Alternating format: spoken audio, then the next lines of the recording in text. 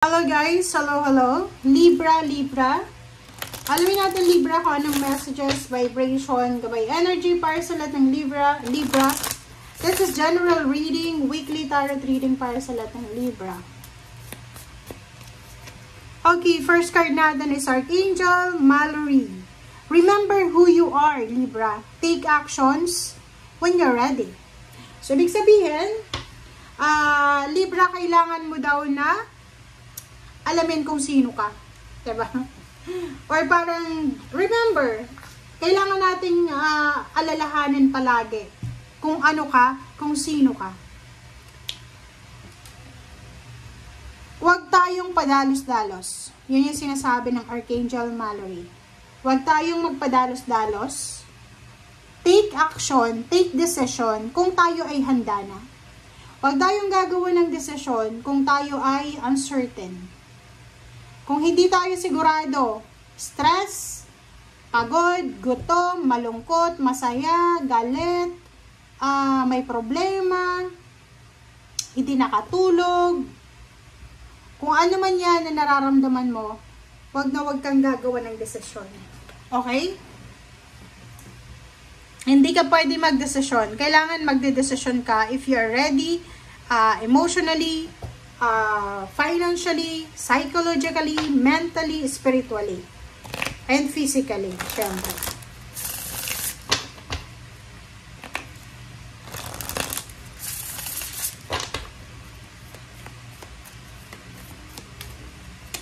Okay, second card natin is Hecate.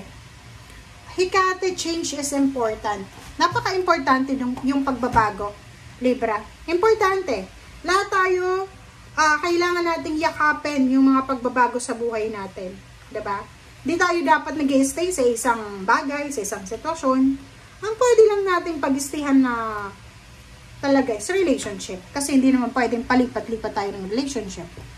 But for the job, for the career, yung mindset, like negative to positive, tapos, alam mo, human being. Diba? So, sinasabi ng barahan na importante yung pagbabago. Bago tayo 100% na makapunta doon sa pagbabagong yon, kailangan na malinis yung lahat sa atin. Ibig sabihin, wala tayong mga daladalang bagahe, mga loads, mga kung ano-ano yan na bit natin sa ating puso, sa ating kaluluwa, sa ating isip. Grudges, resentments, anger, worries, fear, guilt, kung ano man yan. Let it flow, release the past, release the anger, release the negativity, the drama. Lahat, alisin mo yan. Okay?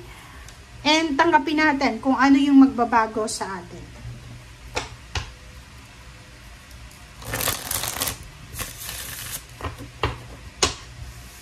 Okay, Libra.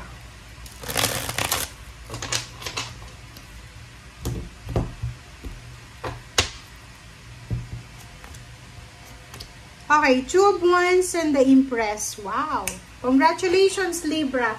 At ang first two cards natin, sinasabi na may mga possibilities. Hindi lang dalawa, marami. International travel, international job, between love life. Like, for example, dalawang ibang lahi siya, foreigner, na pinagpipilian mo.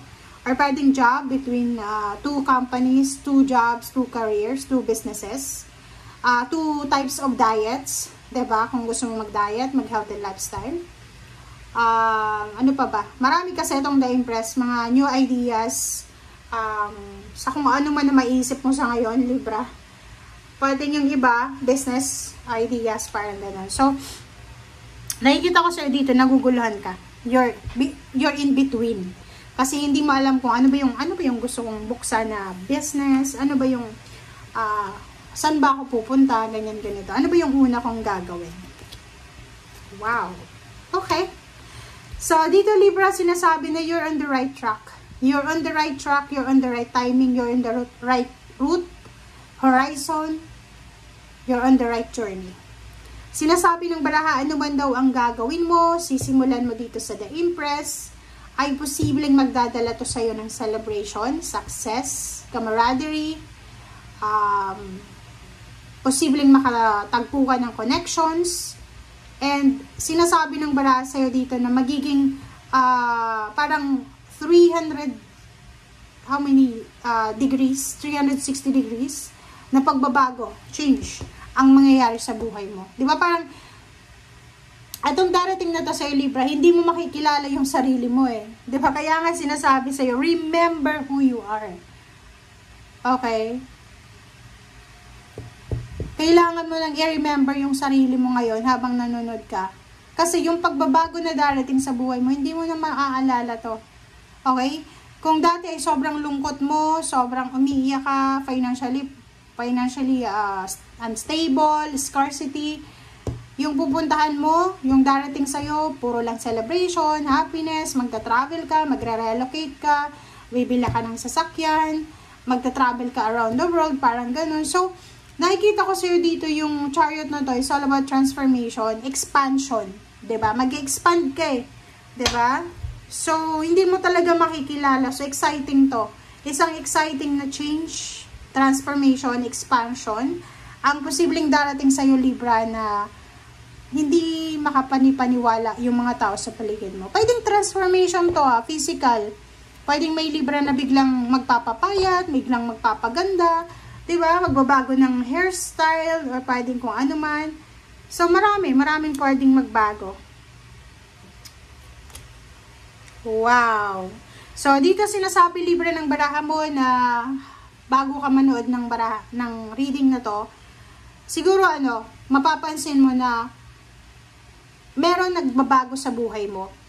And isa sa mga nagbabago ngayon is, it's because pinaprioritize mo talaga yung happiness mo. Yung parang sinasabi mo na wala akong pakialam sa sasabihin ng ibang tao. Kailangan kong proteksyonan yung peace of mind ko. Kailangan kong proteksyonan yung happiness ng pamilya ko. Kahit anong sabihin nila, kahit i-backstab ako, kahit ganyan-ganito, wala akong pakialam kasi gusto ko lang naman proteksyonan ang family ko. Gusto ko lang naman bigyan ng happiness ang pamilya ko. Parang ganun. So, nakikita ko sa'yo dito, ang priority mo talaga is your family. Ang priority mo is yung maging masaya sila, maging stable sila, maging balance sila. Okay? So, nakikita ko sa'yo dito, ano man ito na magbago sa buhay mo, kasama mo ang pamilya mo.